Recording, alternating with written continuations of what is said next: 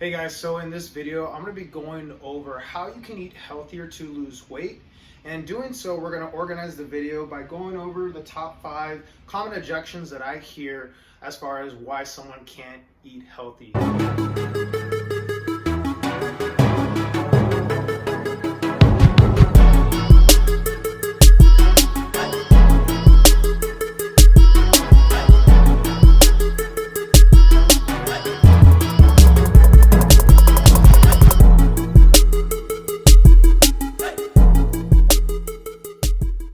Now, I think it's really important that you guys understand that everyone's going to have different starting points, different levels of knowledge and experience with dieting, with losing weight. Maybe some of you guys are in a diet right now or trying to eat healthier to lose weight. But I think at the end of the day, if you guys develop some sort of system, routine, which we're going to kind of go over, you guys are going to be much more successful as far as being able to consistently stick to something. Because above all, any diet that you do, you've got to be consistent with it. Now, let's get into it. So, the first objection that most people say is, I don't have time to cook. And it's rightfully so that everyone's got other obligations in their life. Family, business, career, right? So, you have other things going on. Now, very, very simple. It just comes down to time management. What you'll do first is you're going to put the non-negotiables.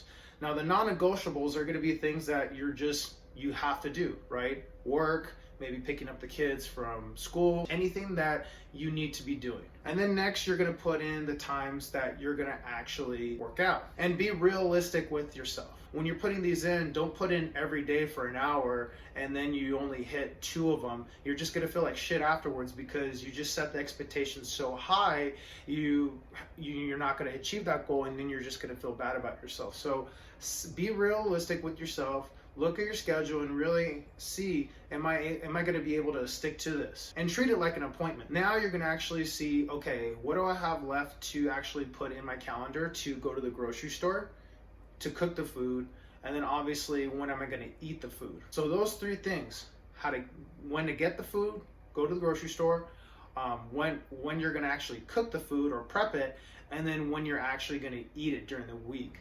And I think it really it sounds kind of, funny when you think about writing when you're going to eat at a certain time on a certain day of the week, but it's going to help you just be more mindful of eating, right? It's going to be helpful to be more mindful of when you're going to actually do the work. Because if you're not going to the grocery store and if you don't have food ready, the day's just going to come at you and now you're just being reactive instead of proactive. So next one, too tired to cook after work. And I think this just goes back to preparation, right? It really goes back to the first one. If you have a system on what day you're going to go to the grocery store, on what day you're going to cook the food, have the food prepped, right? It's going to be a lot easier and more time efficient for you to actually cook the food that night. If, let's say, like I said, for the vegetables, all you're going to really need is like 10 minutes to saute some vegetables, right? If they're frozen, that'll probably take another 10 minutes on the stovetop. If you bake vegetables, right, in the oven, then that'd be great. Then you can bake the vegetables in the oven and now you have lots of vegetables for the rest of the week. So, using tools like that to kind of set yourself up for success during the week, that way it just takes a load off your mind. You don't have to think about it. It's already ready for you when you get home from work, and now you can just eat it. Now, this one is actually more common than you would think. Someone who's not hungry or forgets to eat. Now, usually when someone doesn't eat enough, most of the time people have been in some sort of diet for a period of time because they've already been trying to lose weight. Now, the longer you're in a diet, the longer you're cutting calories, the slower your metabolic rate is, and more than likely, your body starts to develop its new baseline of what's called its homeostasis. So everyone has their natural baseline as far as where their body's at. And if you've lost weight in the past and gained it back and lost it again and gained it back, you pretty much not screwed it up, your metabolism, but it's not in the best, healthiest spot to lose weight. And for someone who is in that spot and who's maybe had that experience themselves watching this video, it's really just going to be about resistance training and working out and giving your body a reason to need more energy, right? So if you think about any sort of workout, when you're, doing push-ups or you're doing squats, you're sending your body a signal to get stronger at that movement. And through that stress signal, you are demanding more strength. More strength comes more muscle. More muscle is going to be more expensive for the body to actually maintain on the body. And so the more muscle you build, the higher metabolic rate you get. And through that metabolic rate, your body is now sending signals for your body to eat more food, right? So if you're not hungry and you're not eating enough, then you're just not training. You're not training correctly. You're not pushing yourself in the gym. So it really just comes down to your training program. From there, you'll start to notice your appetite increases, and now you're going to obviously be more hungry to eat and not forget. Number 4, don't know what or how much to eat. Okay, so I think if we overanalyze and we overthink, then we're never going to really take any action. Action is going to be that number one thing that you need to be doing to actually get the ball rolling in the direction you want to go. Okay, so don't know what to eat. Okay, very, very simple. Protein, lean proteins, healthy animal source proteins, eggs, chicken, ground turkey, steak, beef, fish, shrimp, tilapia, beans. There's lots of different sources. And if you're vegan, I mean, I'm not really vegan or vegetarian, so I mean, you can think soy protein, but even then, like, most of your quality protein is going to come from animal source products. Okay, now with your vegetables, right? Every vegetable under the sun. Really think of like a rainbow, and just think of all the different colors in a rainbow, and just try to give yourself a variety of different colors throughout the week, right? You got your greens, you got purples, you got oranges and yellows, right? And I mean, and this kind of goes with your fruits too. So if you're having a plentiful amount of colors in your diet, you're giving your body the micronutrients it needs, all the vitamins and minerals you need for as far as a health perspective goes.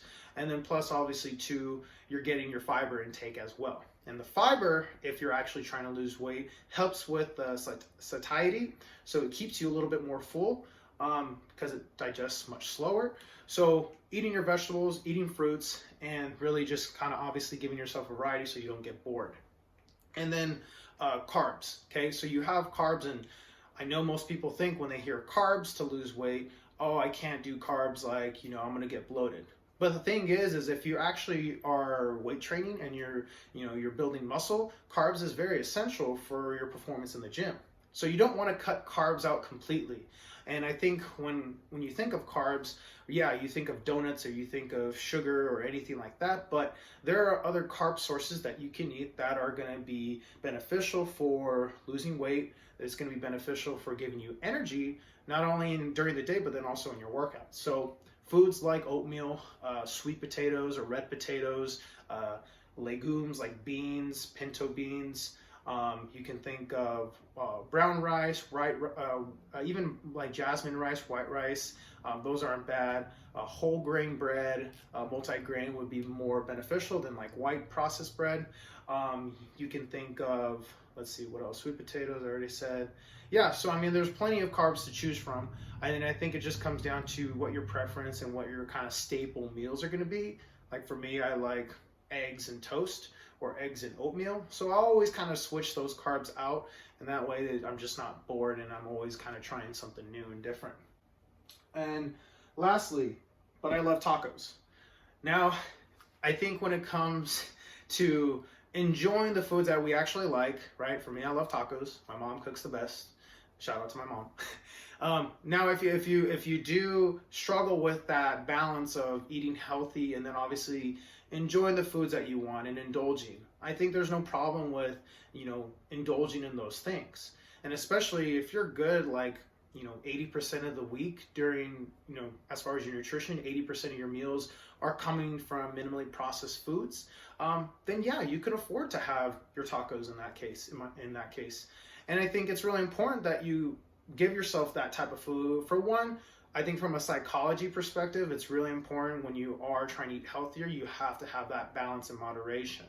And the thing that most people do is when they do try to lose weight, they go at it with the mindset of all or nothing, that I'm gonna cut all the bad food out. And right there, like, you're cutting out all the foods that you love, you're restricting yourself to a certain amount of food groups and things like that. And then now you're literally, I mean, you hate kind of life right now at this point, because you're going out with your friends or your family, or you guys are ordering in this case, and you're not able to enjoy food, like food that you actually like. You know, I mean, tacos, sushi, those are kind of my things that I've been kind of eating more so of. And I think it's important that, you know, having that balance and understanding that, hey, you know, 80% of the time, if I'm doing pretty good, 20% I can enjoy myself. And I think there comes a point where obviously, you know, if you're in that mode of, okay, like, you know, I'm eating tacos, right? But I feel like I'm not getting the results that you want.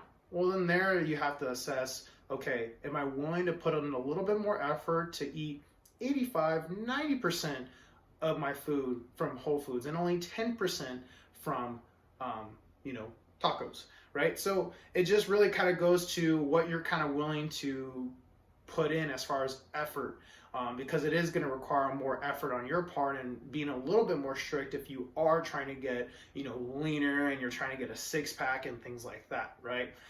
But for most people, and I think the context of this video is just being healthy overall to lose some weight and kind of get in shape. So there's nothing wrong with enjoying your tacos, okay? And I think if someone told me like, okay, if you wanted to be shredded, you know, you can't eat tacos, I'd be like, well, then I don't really care to be shredded.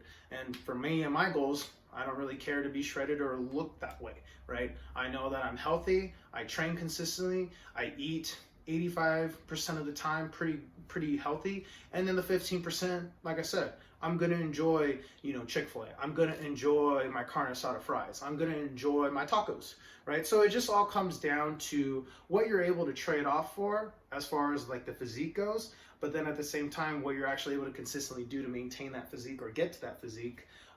So really just comes down to being honest with yourself. But hopefully I answered pretty much everything that I think most people are gonna have trouble with. So if you guys did find this video of value, please share it with someone that actually needs to hear this. There's so much information out there, but I'm trying to really put out more stuff like this that really speaks to what your actual problems are and what I hear on a consistent basis from my clients and just working in the actual trenches with people. So hopefully you guys took some value out of this video, took some good notes. Like I said, thank you guys for your time watching this video. Subscribe to the channel if you guys want more videos like this, and then comment down below maybe something I didn't list here. What are some questions or things that I didn't go over that you would want me to kind of go more in depth with? So thank you guys. Hope you guys have a great weekend, and I will talk to you guys next time.